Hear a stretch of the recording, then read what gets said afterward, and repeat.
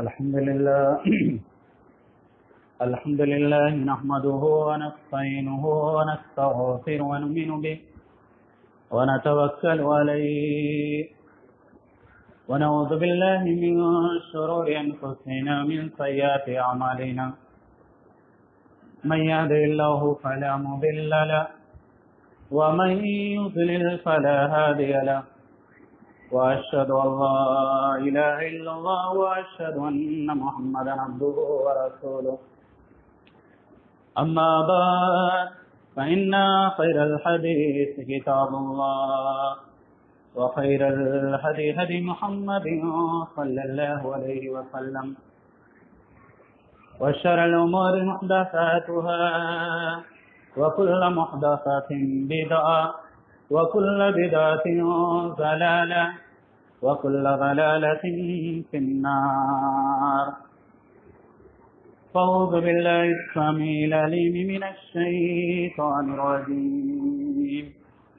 بسم الله الرحمن الرحيم.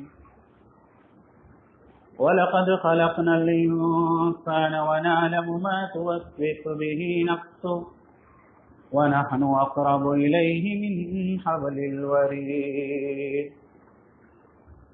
إذ يتلقى المتلقيان عن اليمين وعن الشمال قعيد ما يلفظ من قول إلا لديه رقيب عتيد.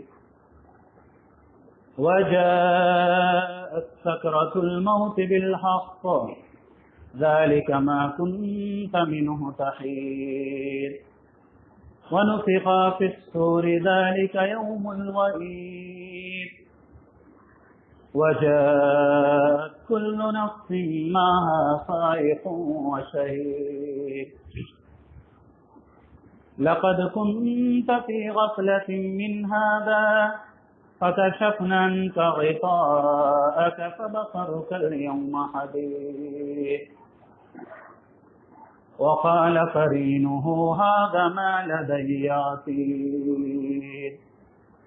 ألقيا في جهنم كل كفار عنيد مناع للخير معتد مريب الذي جعل مع الله إلها آخر فألقياه في العذاب الشديد. قال قرينه ربنا ما طغيته ولكن كان في ضلال بعيد. قال لا تختصموا لدي وقد قدمت إليكم بالوعيد ما يبدل القول لدي وما أنا بظلام للعبيد. بارك الله لنا ولكم في القرآن العظيم ونفعني وإياكم بالآيات والذكر الحكيم إنه تعالى جواد كريم ملك بر رؤوف رحيم.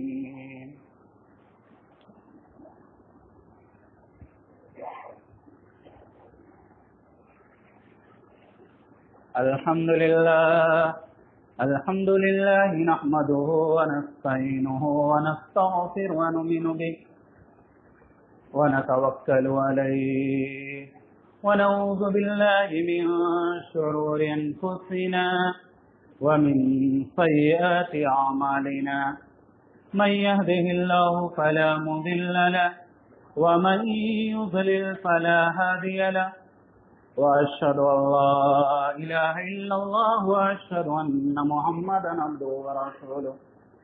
أما بعد فإن خير الحديث كتاب الله وخير الهدي هدي محمد صلى الله عليه وسلم وشر الأمور محدثاتها وكل محدثة بدعة وكل بدعة ضلالة وكل ضلالة في النار.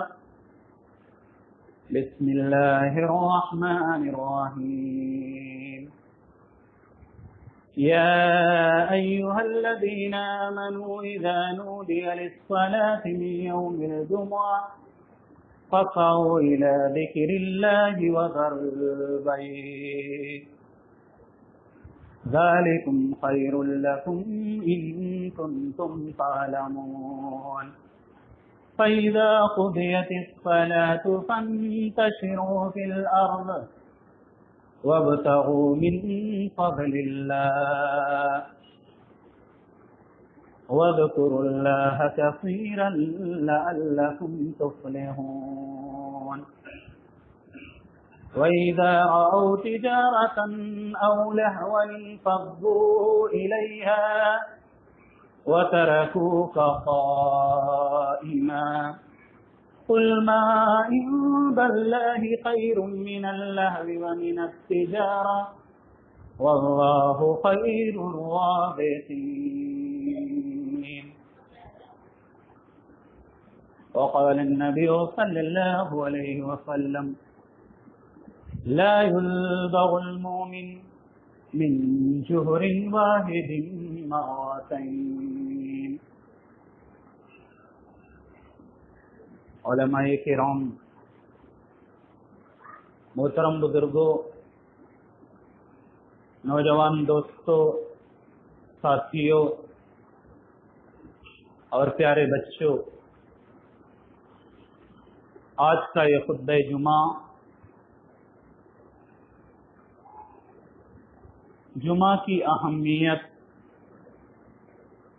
موجودہ حالات میں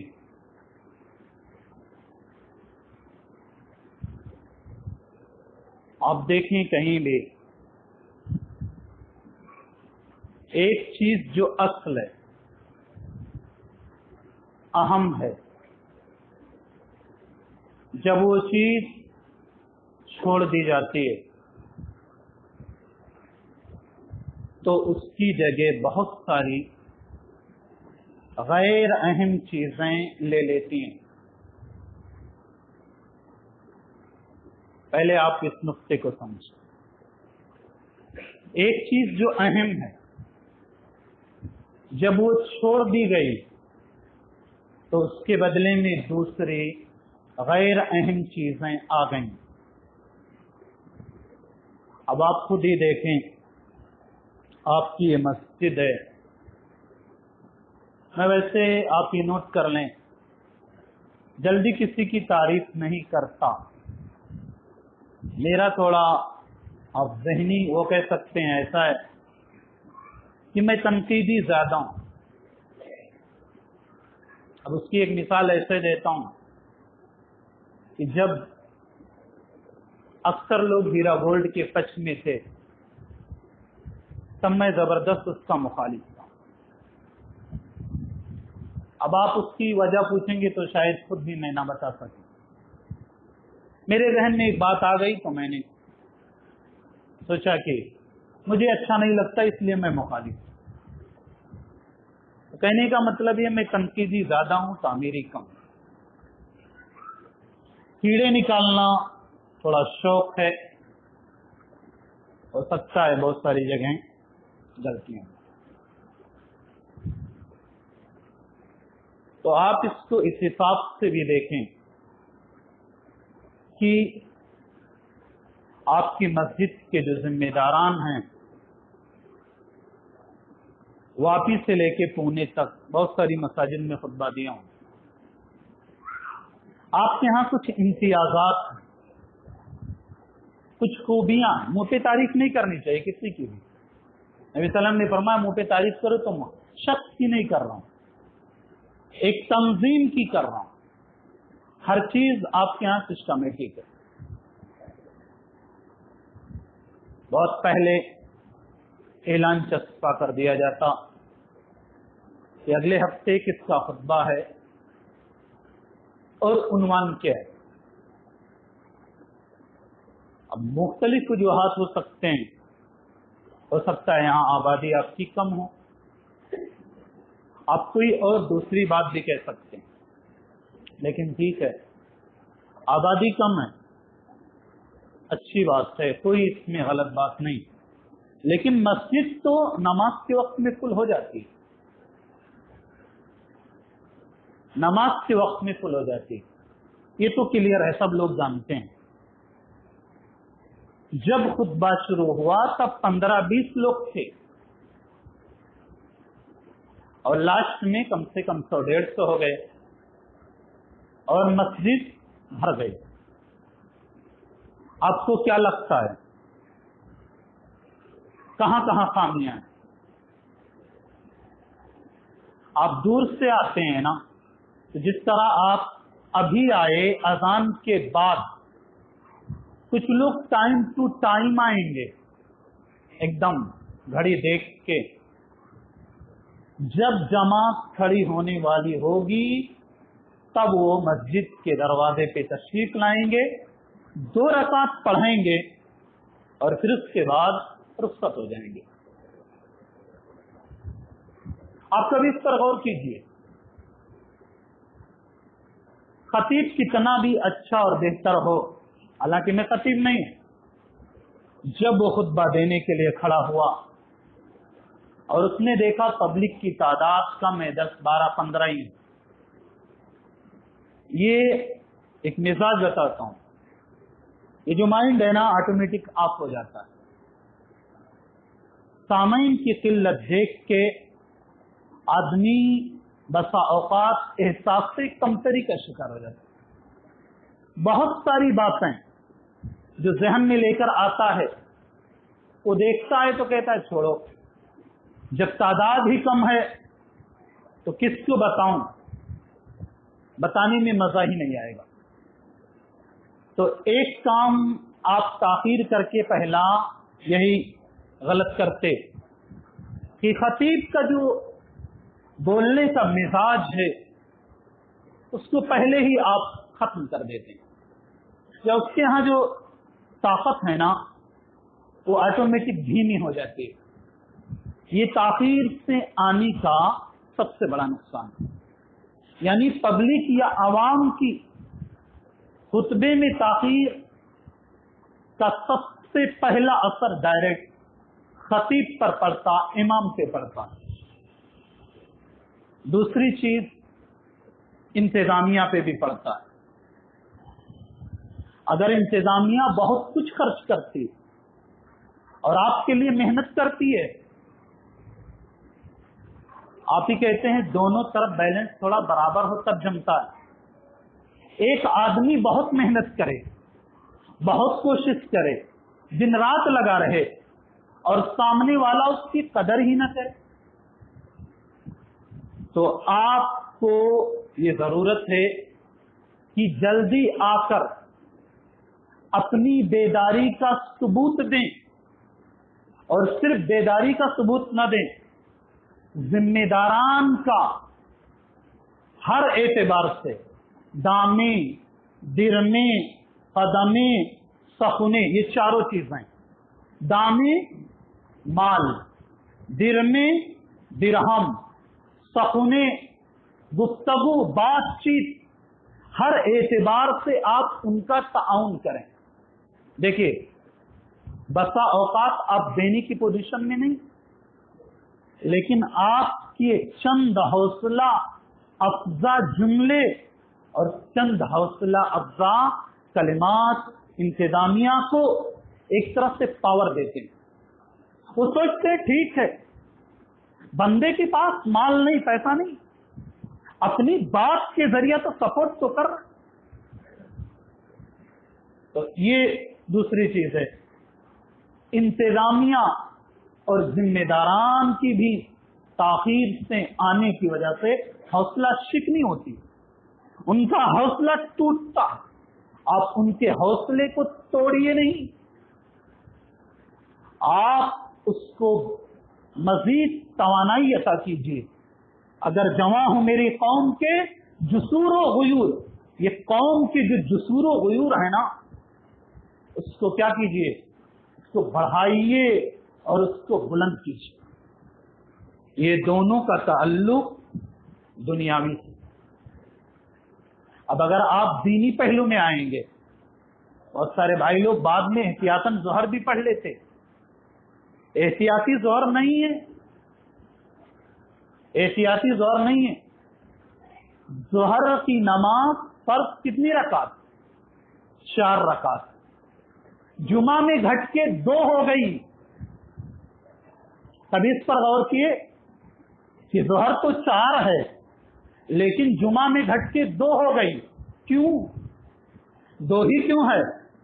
2 اس لیے ہے کہ 2 رکعت کیا ہوئی؟ مائنس ہوئی، کم ہوئی۔ مائنس ہو کے کہاں گئی؟ خطبے میں گئی۔ جو 2 رکعت مائنس ہوئی یہ خطبے میں گئی، یعنی اصلاً 2 رکعت جو مائنس ہوئی یہ خطبہ جمعہ کے بدل کے طور پر ہے، اور 2 رکعت باقی۔ تو جو مائنس ہوئی، مائنس اس لیے ہوئی کہ آپ آ کے اول وقت میں پہنچ کر خطبہ جمعہ کو غور سے سنیں۔ بہت سارے احباب کو دیکھا جمعہ کو جماعت کھڑی ہونے کے وقت آتے اور اجتماعات کا واٹس ایپ فیس بک کے دیکھ دیکھ کے پتہ لگاتے ہیں، فلاں جگہ اجتماع ہے وہاں جانا ہے۔ جمعہ میں ادھر ادھر ہوٹلوں پہ بیٹھے رہتے ہیں، وہ نہیں آئیں گے، ہاں پروگرام کا خوب پتہ لگاتے، کوئی منع نہیں کرتا، آپ جائیں۔ دین کی باتیں سیکھنے کے لیے آپ کے پاس جو بھی فرصت کا لمحہ میسر ہے آپ اس میں ضرور جائیں، لیکن اصل کو چھوڑ کر، اصل کیا؟ اصل یہ ہے کہ نماز امام کے منبر پر خطبہ دینے کے لیے اذان سے پہلے یہاں آ جائیں۔ آپ پڑھیں کتاب الجمعہ میں بہت کچھ ہے۔ کتاب الجمعہ میں کیا ہے؟ اب ادھر جمعہ کی اہمیت پر تو نہیں بات ہو سکتی۔ جو اول وقت میں آیا تو گویا اس نے اونٹ ذبح کیا، دوسرے مرحلے میں آیا تو گویا اس نے گائے ذبح کیا، پھر اس کے بعد آیا تو بکری، پھر اس کے بعد آیا تو مرغی۔ یہ جو ترتیب حدیث میں بیان کی گئی یہ کب کی ہے؟ اذان کے بعد کی نہیں ہے، اذان سے پہلے کی ہے۔ تو اگر آپ یہ فضیلت حاصل کرنا چاہتے ہیں جو کہ اس حدیث میں بیان کی گئی اور آپ بارہا سنتے ہیں تو آپ کو اذان سے پہلے آنا پڑے گا، ورنہ آپ جمعہ کی جو فضیلت حدیث کی کتابوں میں 10-10 20-20 صفحے مذکور ہیں آپ کو پائیں گے نہیں۔ جمعہ کی فضیلت، جمعہ کے احکام، کبھی آپ نے اس حدیث پر غور کیا؟ حدیث میں ہے کہ امام منبر پر خطبہ دینے کے لیے چڑھ گیا، تمہارے بغل میں تمہارا کوئی ساتھی ہے، بھائی ہے، وہ گفتگو کر رہا ہے، آپ کو اتنا سختی کے ساتھ منع کیا گیا کہ کسی کو بات کرتے ہوئے سنتے ہو تو اس سے یہ بھی نہ کہو اذا قلت لصاحبک یوما جمعہ انصت فقد لغوت۔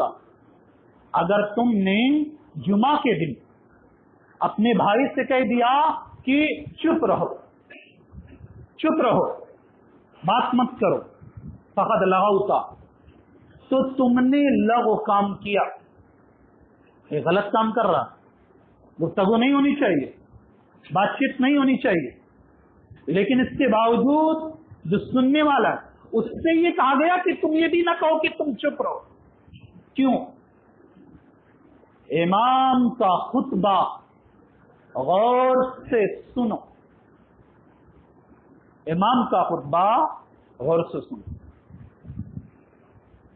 صحابہ و صحابیات پڑھیں، بیان کرتے ہیں کہ ہم نے سورہ قاف قرآن سے دیکھ کر نہیں، قرآن سے دیکھ کر نہیں، بلکہ نبی صلی اللہ علیہ وسلم جو مستقل جمعہ میں تلاوت کرتے تھے اس کو سن کر یاد کر لیا، سن کر یاد کر لیا۔ اب آپ خود سوچیں، آپ سے ابھی کسی سے پوچھ لیا جائے سن کر امام سے یاد ہوا. آپ کہیں گے خطبہ جمعہ میں تو میں شروع میں جو عربی عبارت پڑھی جاتی ہے اس پر غور ہی نہیں کرتا ہوں. کہتے ہیں ایک ہی نہیں بہت سارے لوگوں کا واقعہ علماء نے نقل کیا. اس سورہ قاف کو ہم نے سن کے یاد کر لیا.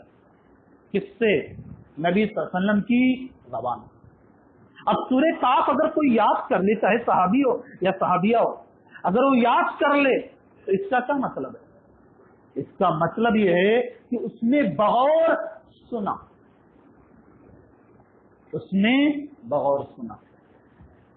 آپ جمعہ کے دن اول وقت میں آئیں، صحیح دلیل سے ثابت. حدیث وغیرہ مکمل نہیں پڑھتا ہوں، اختصار سے اشارے کرتا ہوں. فرشتے دروازوں پہ بیٹھے رہتے ہیں. کس کے؟ مسجدوں کے دروازے پر. اب مجھے تو نہیں لگتا 20 کے علاوہ پہلے اور کوئی آئے ہوں گے. اذان سے پہلے آنے والے جتنے لوگ ہیں، اب آپ سوچیں ایسا کیسے؟ دلیل سے ثابت. رجسٹر لے کے بیٹھتے ہیں اور اذان سے پہلے جو بھی آتا ہے آپ ہی کوئی بیٹھ جائیں اور لکھنے لگیں کون کون آیا. تو جیسے ہم اور آپ لکھتے ویسے فرشتے لکھتے ہیں، ناموں کی انٹری کرتے ہیں. جو جتنا پہلے آیا اور ذکر و اذکار میں مشغول رہا اسی اعتبار سے ثواب ہوتا ہے. جب امام منبر پر خطبہ دینے کے لیے چڑھ گیا، فرشتے کیا کرتے؟ اپنا رجسٹر بند کرتے اور خطبے کو سننے لگتے. اس کے بعد آنے والے کی انٹری اس رجسٹر میں نہیں ہوتی. تب اگر 20-25 لوگ ہی پہلے آئے اور بقیہ لوگ بعد میں آئے تو آپ خود سوچیں کہ فرشتہ جو بیٹھا تھا یا فرشتے جو بیٹھے تھے دروازے پر، کیا ان کے رجسٹر میں ہمارا نام لکھا گیا یا نہیں لکھا گیا؟ واضح ہے کہ نہیں لکھا گیا. عوام بھی باتیں کہتی ہے، کچھ لوگ بتاتے ہیں. ایسا نہیں ہے کہ میں ایک طرفہ بات کروں کہ آپ نہیں آتے. کچھ کمی بیشی کے ساتھ آپ کی یہ ذمہ داری بنتی ہے اول وقت میں آئیں، ٹیک لگا کے نہ بیٹھیں. اس کنڈیشن میں نہ آئیں کہ تھکے ہوئے ہوں. اب چونکہ یہاں پنکھا اچھا چل رہا ہے یا اے سی چالو کر دی گئی اور آپ اونگنے لگے، آپ ٹیک لگا کے بیٹھیں، آپ اونگنے لگیں، یہ سب جمعہ کی شان کے لائق اور مناسب نہیں. آپ ایک بیدار مغز انسان کا ثبوت دیں. آپ شکوا کرتے ہیں خطبے اچھے نہیں رہتے. جو خطبہ جمعہ کے خطبے دیتے ہیں ان کی باتیں اچھی نہیں ہوتی. سوال یہ پیدا ہوتا، پڑھے لکھے ہیں، استاد بھی کب ٹائٹ رہتا ہے؟ جب جو لوگ یہاں پہ ٹیچر ہوں گے، استاد ہوں گے، بہت اچھے سے پتا ہے. ہمارا تو 13-14 سالہ تجربہ ہے. جب 20 سے 25 لڑکے اٹینشن فل ہوتے، ایک دم ذہن لگا کے ایک لفظ ادھر بولا استاد نے، ادھر فوراً پکڑ لیتے. آپ نے یہ کیا کہا؟ آپ نے کہاں پڑھا؟ آپ نے کس کتاب میں پڑھا؟ آپ نے یہ کیوں بیان کیا؟ ہم نے تو یہ سنا. جب آپ کے یہاں دین کے حاصل کرنے کا جذبہ ہوگا اور بغور آپ سنیں گے اور آپ کے اندر تھوڑا بہت علم ہوگا. ایک محاضر جب درس دینے آئے گا، ایک لیکچرر جب لیکچر دینے آئے گا، ایک خطیب جب خطبہ دینے آئے گا، ایک امام جب نماز پڑھانے آئے گا، تو اس پر آٹومیٹک ایک طرح کا دباؤ ہوگا. میں جن کو نماز پڑھا رہا ہوں وہ ایک دم میرے جاہل نہیں، 2 کوڑی کے نہیں ہیں. جن کے سامنے میں بیان کر رہا ہوں وہ سمجھتے ہیں اگر میں نے کوئی ضعیف حدیث پڑھ دی تو فوراً ٹوک دیا جاؤں گا کہ حدیث ضعیف. اگر کوئی ضعیف و موضوع واقعہ میں نے بیان کیا تو بعد میں مجھ پر اعتراض ہوگا کہ تم نے واقعہ ایسا کیوں بیان کیا حالانکہ مشہور ہونے کے باوجود ضعیف. اگر تم نے کوئی حکم بیان کیا شریعت کا جو کہ کتاب و سنت کے نصوص سے ٹکرا رہی ہے اور اس کو یہ ڈر لگا رہے گا کہ بعد میں مجھ پر اعتراض کیا جائے گا تو وہ خطیب، وہ مدرس، وہ محاضر، وہ لیکچرر آٹومیٹک تیاری کر کے آئے گا. لیکن جب اس کو یہ لگے گا کہ میرے سامنے بیٹھے ہوئے لوگ کچھ بھی نہیں، وہ بعد میں بولتا بھی ہے، ٹینشن نہیں لینے کا، وہاں کوئی پوچھتا بھی نہیں، جو دل میں آئے وہ بول کے چل دو، جو دل میں آئے وہ بول کے چل دو. تو پھر ایسی صورت میں خطیب بھی تیاری نہیں کرے گا. تو اس وقت ہمیں بیدار ہونے کی ضرورت ہے اس پہلو سے کہ ہم سن رہے ہیں تو کیا سن رہے ہیں. 20 سال کے ہیں، 25 سال کے ہیں، 30 سال کے ہیں، انجینئرنگ کر لیے، ایک سے ایک ٹیکنیکل لائن میں، مزدوری کے لائن میں بہت ساری مہارتیں حاصل ہو گئیں. وہ ہر جمعہ خطبہ سننے آتے. اگر ان سے پوچھ لیا جائے کہ 1 گھنٹہ روزانہ ہفتے میں جمعہ کے دن 1 گھنٹہ صرف کرتے، کم سے کم 1 مہینے میں 4 جمعہ پڑھتا. 4 جمعہ پڑھتا. اگر 4 جمعہ میں صرف تم نے قرآن اور حدیث کا ایک ہی مسئلہ اور ایک ہی بات سیکھی تو ہفتے میں کم سے کم کتنا ہوا؟ 4. 12 چوک 48، 12 چوک 48. سال بھر میں کم سے کم اگر سیکھو گے تو 50 مسئلے معلوم ہوں گے کم سے کم، یعنی ایک دم 0% پہ آئیں گے. ایک جمعہ میں ایک بات معلوم ہے. تو آپ خود ہی جوڑیے، 20 سال کے آپ ہیں، آپ کو کتنے مسائل کم سے کم معلوم ہونے چاہیے؟ 600-500 ہونا چاہیے. 40 سال کے ہیں، 1000-1200 مسئلے آپ کو معلوم ہونی چاہیے. دین کی آپ کو اتنی باتیں معلوم ہونی چاہیے اگر صرف جمعہ سے معلوم کرتے. اور اس کے بعد دروس، محاضرات، پروگرام وغیرہ وہ بات کی شکل ہے.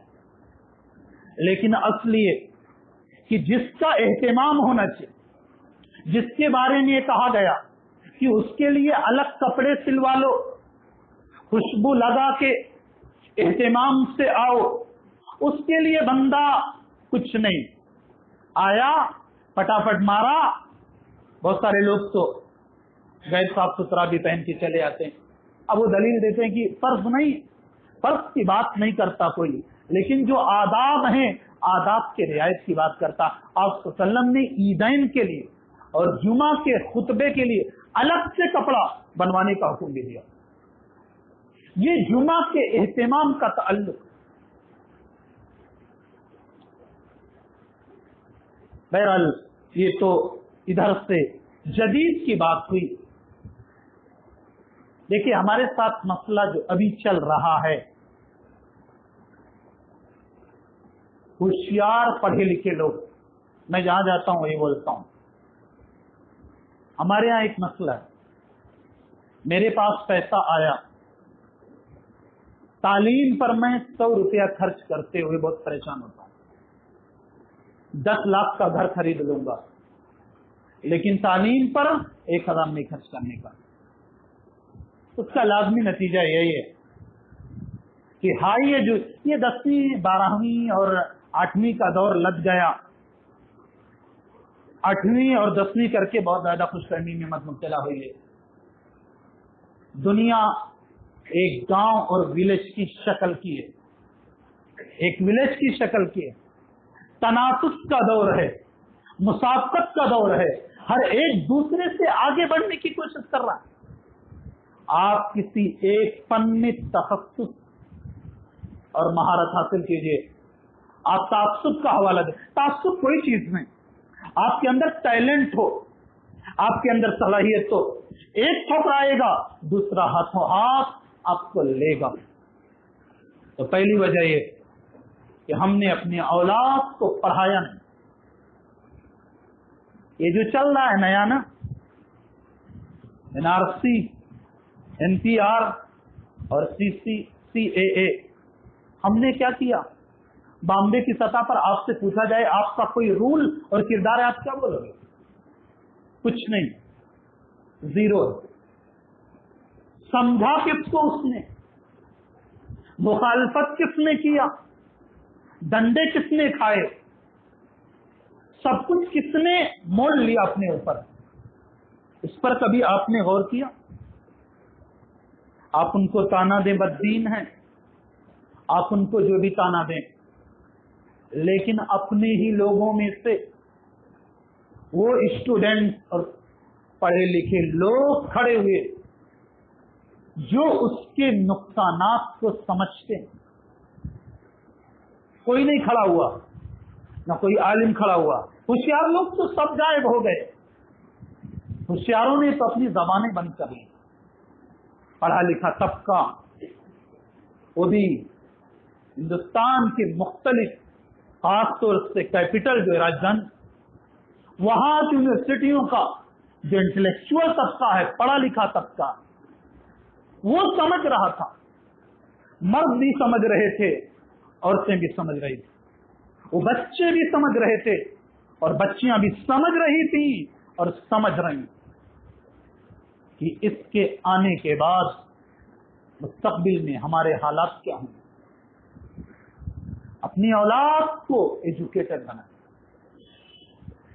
اب تو وجود کا سوال پیدا ہوگا, وجود کا سوال پیدا ہوگا کہ مستقبل میں دینی طور پر اور دنیاوی طور پر دونوں سطح پر ہم اپنی اولاد کو کس طرح تعلیم دیں اور تربیت دیں کہ مستقبل میں یہ دینی طور پر بھی اور دنیاوی طور پر کامیاب ہو. ہم بہت سادہ بننے کی کوشش کر رہے ہیں, بہت سادہ. مومن سادہ نہیں ہوتا.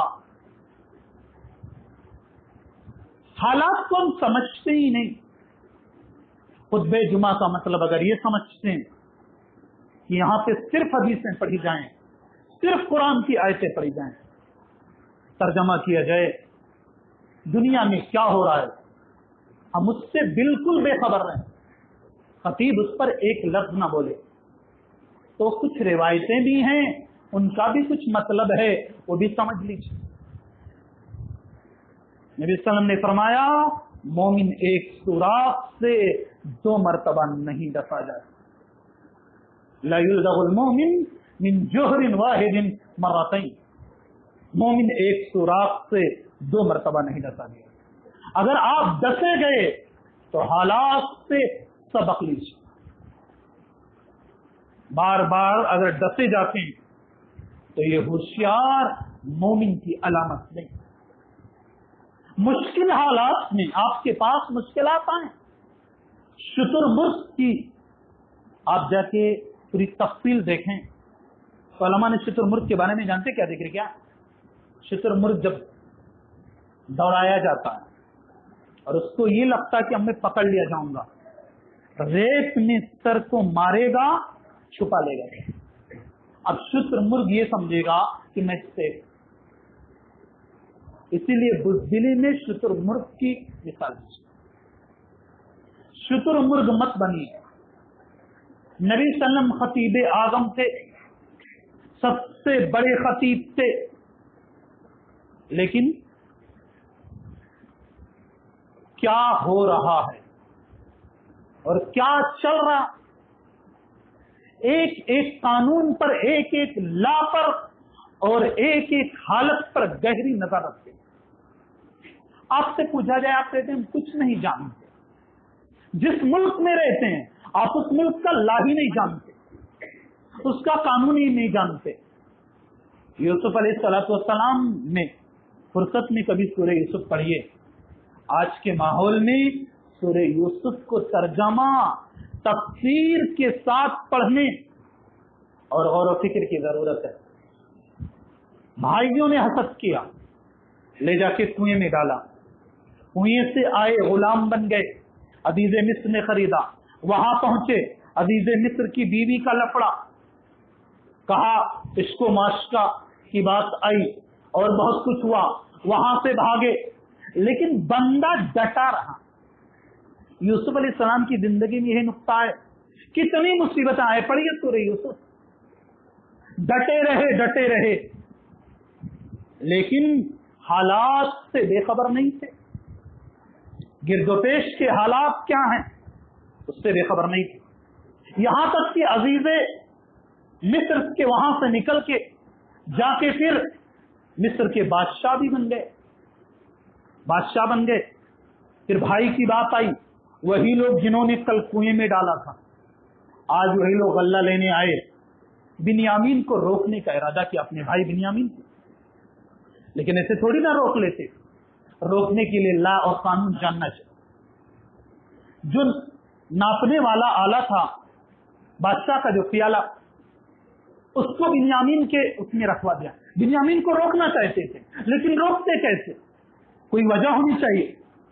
لے جا کے بادشاہ کا وہ پیالہ بنیامین کے برتن اس میں سامان میں جو غلہ ان کو ملا تھا اس میں رکھوا دیا.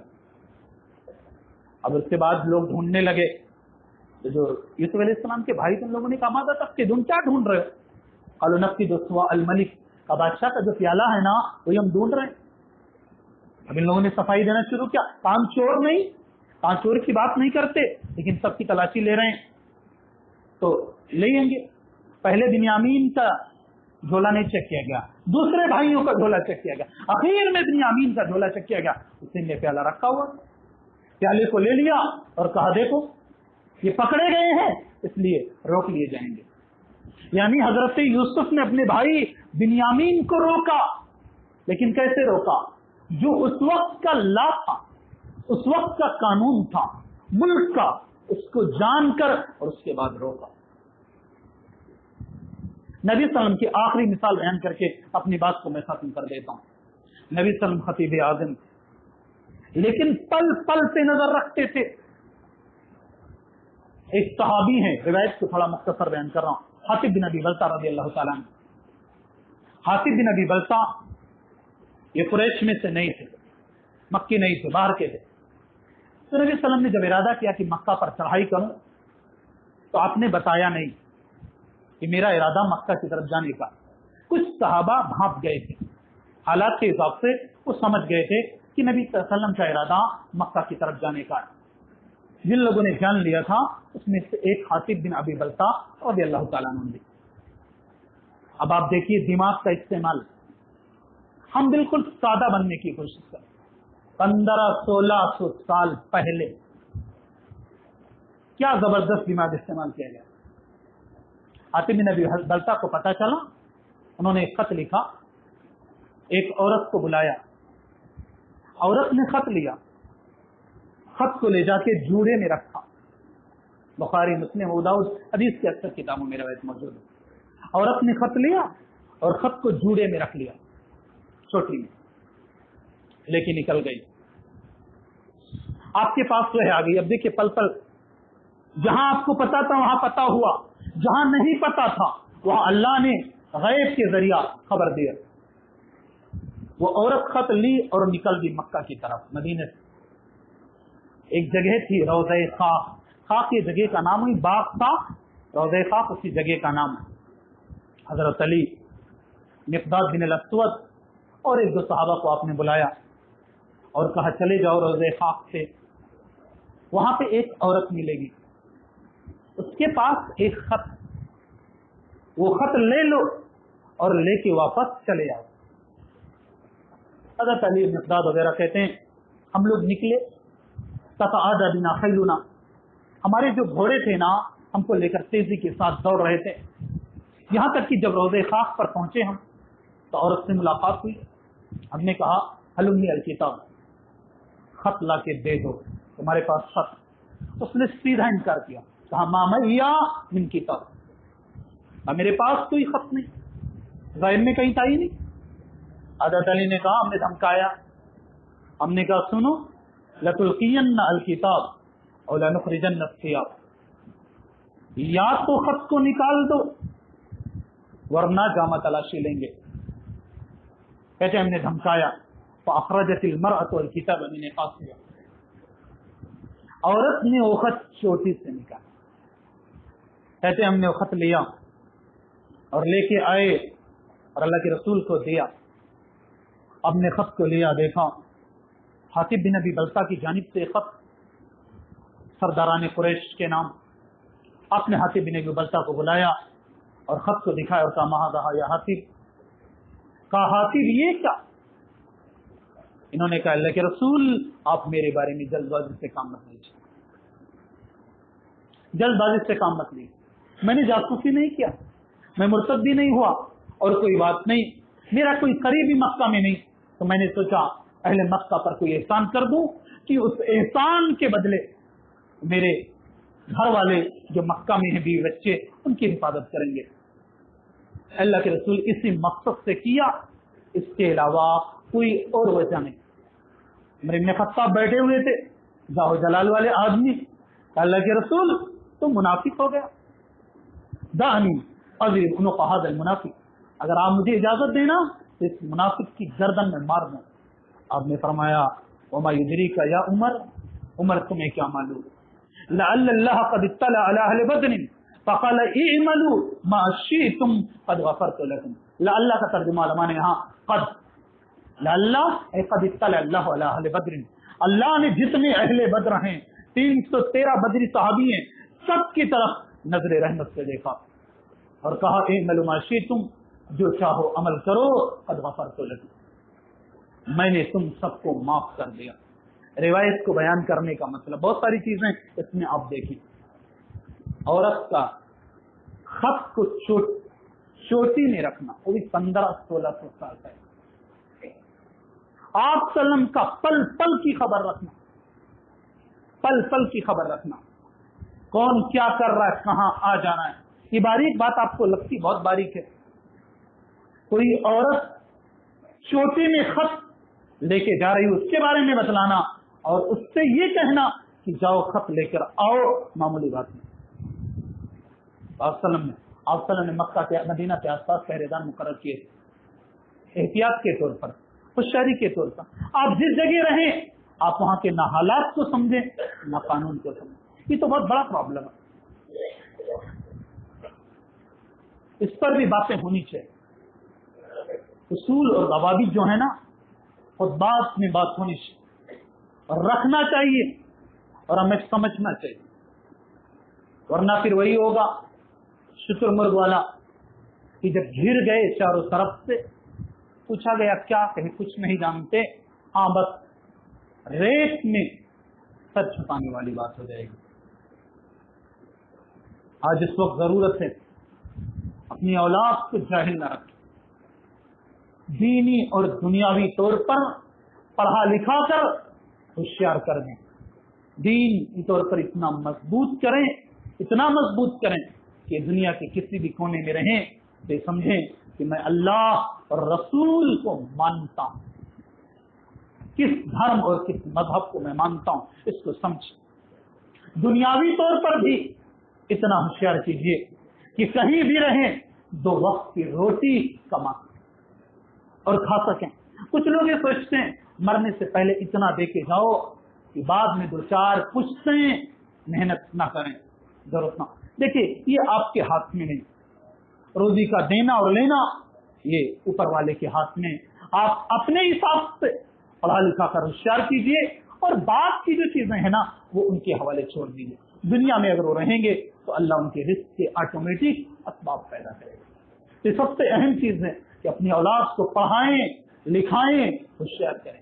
اسی کے ساتھ یہ بھی ضرورت ہے کہ ہم جہاں رہتے ہیں, اب آپ دیکھیں یہیں پہ کہیں پہ ابھی آر ٹی او والے وغیرہ کھڑے ہوں, آپ بائک چلا رہے ہیں, گاڑی چلا رہے ہیں, آپ کو کوئی قاعدہ قانون نہیں معلوم, ایک لفظ بھی آپ نہیں جانتے.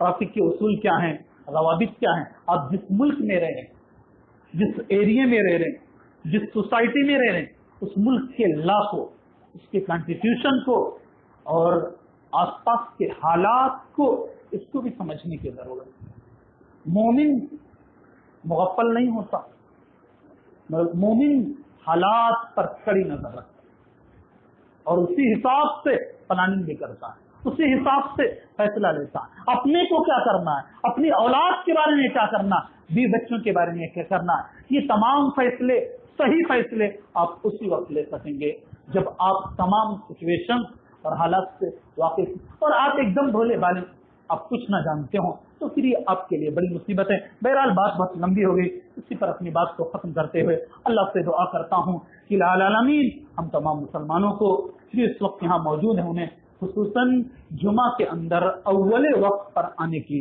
توفیق عنایت فرمائے۔ آپ نماز کے بعد آئیں گے، فرشتے آپ کا نام نہیں لکھیں گے رجسٹر میں، نماز کے بعد آئیں، آپ امام ممبر پر خطبہ دینے کے لیے کھڑا ہو گیا، اس کے بعد آئیں گے، جمعہ کی جو فضیلت ہے آپ اس کو بھی نہیں پائیں گے، اس لیے اول وقت میں آئیں، امام یا خطیب جو خطبہ دے رہا ہے اس کی باتوں کو بغور سنیں اور سننے کے ساتھ اللہ سے دعا کریں کہ العالمین ہمیں نے جو سنا اس کے اندر برکت دے، سوجھ بوجھ دے، اور اس سے کہیں زیادہ اللہ سے دعا کرتے ہیں کہ العالمین تو ہمیں کہنے اور سننے سے کہیں زیادہ عمل کرنے کی توفیق عنایت فرمائے، جب تک دنیا کے اندر رکھے، جنہیں اسلام پر رکھے، اور جو ہمارا خاتمہ ہو تو ایمان پر ہو، اسلام پر ہو، آمین۔ وآخر دعوانا الحمدللہ رب العالمین۔ ان اللہ ملائکۃ یصلون علی النبی یا ایھا الذین آمنوا صلوا علیہ وسلموا تسلیما۔ اللهم صل علی محمد وعلى ال محمد كما صليت على ابراہیم وعلى ال ابراہیم انك حمید مجید۔ اللهم بارک علی محمد وعلى ال محمد كما باركت على ابراہیم وعلى ال ابراہیم انك حمید مجید۔ عباد اللہ رحمکم اللہ، ان اللہ یامر بالاحسان والمنکر والبغی یعظکم لعلکم تذکرون، ولذکر اللہ تعالی جل وعلا واللہ یعلم ما تصنعون۔